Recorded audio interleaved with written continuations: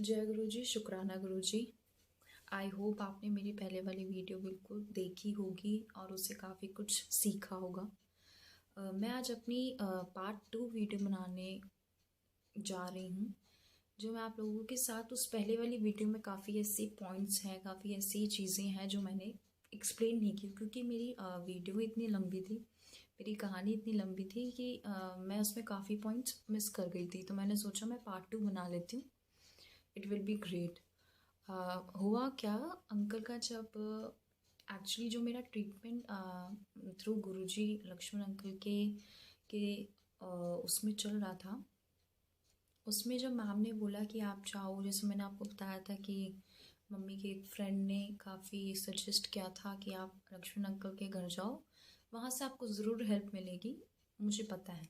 तो क्या है, अंकल को मम्मी ने ही रेगुलरली फ़ोन किया था, अंकल ने नहीं फ़ोन किया था। एक्चुअली मैंने पहले वीडियो में ये चीज़ बोल दी कि अंकल ही फ़ोन करते थे, अंकल ने ही बोला था सत्संग करवाऊँगा, हम सत्संग करेंगे हीलिंग के लिए। तो मेरे को मम्मा ने ये चीज़ बताया कि बेटा अंकल ने कभी भी कॉल नहीं किया, कॉल मैंने किया है। तो अब ऐसा हुआ था कि जैसे कि मम्मी ने कॉल किया, मम्मी ने फर्स्ट डे कॉल किया था मंडे को अंकल को कि एक का अंकल ऐसे ऐसी, मम्मी ने पूरी प्रॉब्लम पूरी चीज़ अपने वहाँ पे रखी कि ऐसे ऐसी अंकल प्रॉब्लम है। उसके बाद अंकल ने बोला ठीक है, मैं ग्रुपा से पूछ के बताऊँगा कि क्या प्रॉब्लम है। उसके बाद क्या हुआ, सेकेंड डे ट्यूसडे को मम्मी ने कॉल किया।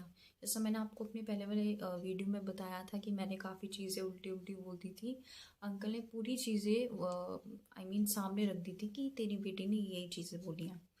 उसके बाद अंकल ने ट्यूसडे को जब मम्मी ने जब कॉल किया कि अंकल बताओ करना क्या है, क्योंकि अब अमीशा की तबीयत काफ़ी ख़राब होने लग रही है और मैं काफ़ी वरिड हो गई हूँ। उसके बाद अंकल ने बोला कि आंटी वरिड होने की बिल्कुल भी ज़रूरत नहीं है, गुरु आप बिल्कुल साथ हैं। मैं बस आपसे ये कहना चाहता हूँ कि आप और अमीशा प्लीज़ पॉजिटिव होने की कोशिश कीजिए, क्योंकि आपका माइंड इतना नेगेटिव हो चुका है कि कोई भी नेगेटिव माइंड से, तो जैसा आप लोग जानते हैं कि नेगेटिव माइंड से कोई भी अच्छा काम होने से पहले ही वो चीज़ बिगड़ जाती है। तो अंकल ने हमको ये चीज़ समझाया कि just take your time and be positive. तो मम्मा ने मुझे बताया कि अंकल ने बेटा भी ऐसा ऐसा बोला है कि बिल्कुल अपने माइंड को पॉजिटिव रखना है, बिल्कुल भी नेगेटिव की तरफ नहीं जाना, क्योंकि मैं इतनी बीमार थी इतना टाइम से, काफ़ी सब चीज़ें मैसअप चल रही थी, तो हो ही जाता है negative, not a big deal. उसके बाद क्या हुआ, अंकल ने हमको ये चीज़ बोली कि बिल्कुल रिलैक्स्ड हो जाओ, सब ठीक होगा, लेकिन एक प्रोसेस में होगा, एक टाइम के साथ होगा। मम्मी ने उसके बाद अंकल को वेडनेसडे कॉल किया। एक्चुअली मेरे भाई ने ना एक मेरा ब्रदर है, उसने ना अंकल के बारे में इंक्वायरी कर ली थी, इंक्वायरी इन द सेंस कि अंकल के बारे में पूछ लिया था कि ऐसा ऐसा है कुछ। तो उनको जहाँ से मेरे ब्रदर ने पूछा था, अंकल को जब मम्मी ने कॉल किया तो अंकल ने ये चीज़ पूरी सामने रख दी कि तो पहले अपने बेटे को बोल कि मेरी इंक्वायरी ना करें, मैं कुछ भी गलत काम नहीं कर रहा हूँ, मैं सिर्फ और सिर्फ आपकी हेल्प कर रहा हूँ क्योंकि मुझे गुरुजी ने ऐसा आदेश दिया। तो फिर माइंड एकदम सरप्राइज हो गया मम्मी और मेरा कि यार ये क्या हुआ एकदम से कि अंकल को ये बात, क्योंकि मेरे को मम्मी को तो पता था कि भाई ने ये चीज़ पूछी है, तो लेकिन अंकल ने वही पूरी लाइन जो जो भाई को लोगों से पता चली थी, वो अंकल ने पूरी लाइन सामने रख दी कि मैं आपको ऐसा सब बताऊँ आंटी कि मैं ये चीज़ें कहीं से पूछता नहीं हूँ, मेरे को मेरे गुरुजी बताते हैं, मुझे मेरे पा बताते हैं कि मेरे साथ या मेरे लिए कोई ना कोई ऐसी कुछ भी बातें हो रही हैं। उसके बाद मम्मी भी शौक, मैं भी शौक, ऑफ कोर्स हर बंदा होगा। तो उसके बाद क्या हुआ, अंकल को मम्मी ने सॉरी फील किया, मैंने भी बोला अंकल ऐसा भाई का कोई इंटेंशन नहीं होगा, just in a good way हमने पूछने की कोशिश की थी। क्योंकि उसके बाद क्या हुआ, अंकल ने बोला ठीक है बेटा, वो कोई इशू नहीं है, उसके लिए आप सॉरी मत मांगो, लेकिन प्लीज़ अपने माइंड को, अपने आप को अभी पॉजिटिव रखो, जस्ट बी पॉजिटिव, और जो भी होगा अच्छा होगा, गुरुजी पे बिलीव रखो, believe is a must important thing. उसके बाद क्या हुआ, मम्मी ने अंकल को नेक्स्ट डे फिर से कॉल किया ऑन थर्सडे, मम्मी ने सारी चीज़ों के लिए सॉरी फील किया, मैंने भी अंकल से पर्सनली बात की थी कि अंकल रियली सॉरी, मैंने भी जो जो चीज़ें बोली, मेरा भी ऐसा इंटेंशन देखो था नहीं, लेकिन मेरा भी दिमाग उस टाइम ना बच्चों जैसा हो रखा था। मैं इतनी फेडअप हो रखी थी सब चीज़ों से कि मैं इतनी बीमार हूँ, क्या होगा क्या नहीं होगा। मैंने भी सॉरी फील किया। उसके बाद क्या हुआ, भाई ने भी बात नहीं की थी। हाँ, नहीं मुझे इतना नहीं याद, शायद भाई ने बात की इतनी नहीं की थी। मम्मा ने भी सॉरी फील किया। उसके बाद क्या हुआ, ये सब चीज़ें हुई। लाइक थर्सडे मम्मी की नाइट में बात हुई थी अंकल से, और अंकल ने मेरे को थर्सडे को, जैसे मैंने अभी आपको बताया कि मेरी अंकल से बात हुई थी, अंकल ने मुझे फिर से बोला कि अमीशा को कॉल दो, मुझे अमीशा से बात करनी है। तो मेरे से अंकल ने बात की। अंकल ने मुझे एक चीज़ आई मीन झूठते बोला कि तूने और मम्मी ने झूठ क्यों बोला। मैंने बोला अंकल झूठ बोला मतलब समझी नहीं मैं। तो अंकल ने बोला कि बेटा तेरे को कैंसर है और तूने ये बात हमसे क्यों छुपाई, मतलब तेरी मम्मी ने मेरे से ये बात क्यों छुपाई। तो मैं भी काफ़ी शॉक हो गई कि कैंसर। मैंने बोला अंकल मेरी रिपोर्ट्स में आज तक कुछ डायग्नोस नहीं हुआ है, कुछ भी डायग्नोस ही नहीं होता था, क्योंकि टीबी था, उसके बाद फीवर बिगड़ा, क्या हुआ क्या नहीं हुआ, जो जो भी बातें थी हमने आपके सामने सिर्फ और सिर्फ क्लियर रखी, just in a good way. उसके बाद अंकल ने बोला नहीं बेटा, तुझे लुकेमिया है, एक्यूट लुकेमिया है, तुझे ब्लड कैंसर है। मैंने सुना, मैंने एक तो मेरा माइंड ही वर्क नहीं किया। मैंने मम्मी को कॉल पकड़ा दिया। मैंने बोला मम्मी अंकल कुछ बात कर रहे हैं, आप सुन लो। तो मम्मी ने बोला, मम्मी भी नहीं सुन पाई, मम्मी ने मुझे वापस कॉल दे दिया। मैंने बोला अंकल कुछ झूठ नहीं बोला, और सीरियसली हमको नहीं पता था कि अगर ऐसा ऐसा कुछ भी डायग्नोज होता तो हम तो इलाज कराते। तो अंकल ने बोला नहीं बेटा, तेरे एक रिपोर्ट में ये चीज़ साफ मेंशन आई हुई है कि तेरे को ब्लड कैंसर है। तब वहाँ से माइंड क्लिक किया मम्मी का कि तेरे को याद है जब हम लास्ट टाइम एम्स गए थे अंकल के मिलने से पहले, 1-1.5 महीने पहले, हाँ, कि तेरे को याद है एक डॉक्टर ने ये चीज़ बोली थी कि मेरे को तो बिल्कुल कैंसर का ही लग रहा है, इसको कैंसर ही होगा, लिखवा के ले लो, क्योंकि सिर्फ और सिर्फ रिपोर्ट में नहीं आ रहा।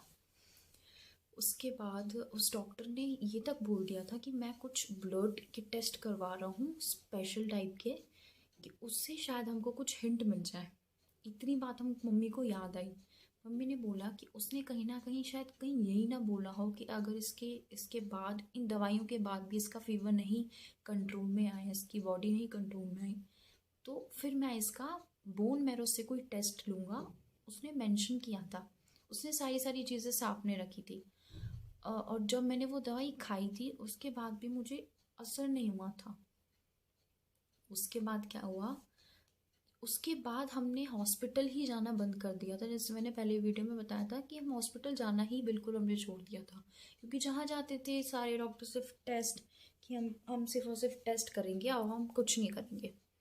उसके बाद फाइनेंशियली इतने वीक थे कि उसके बाद फिर अंकल की ये चीज़ें स्टार्ट हुई, हम अंकल से मिले।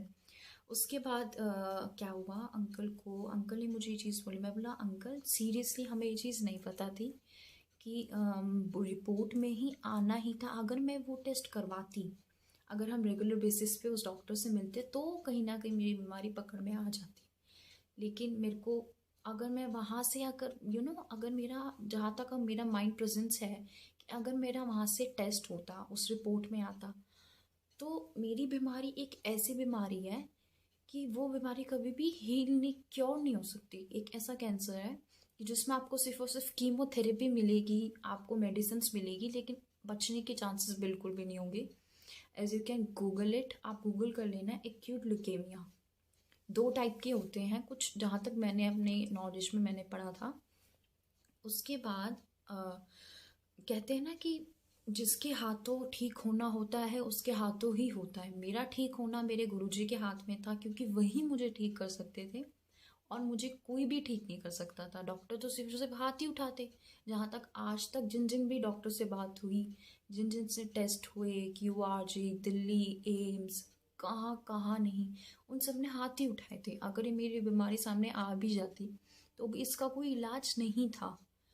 उसके बाद क्या हुआ, अंकल ने ये चीज़ बताई on Thursday night, right. On Friday mummy से सुबह अंकल की बात हुई।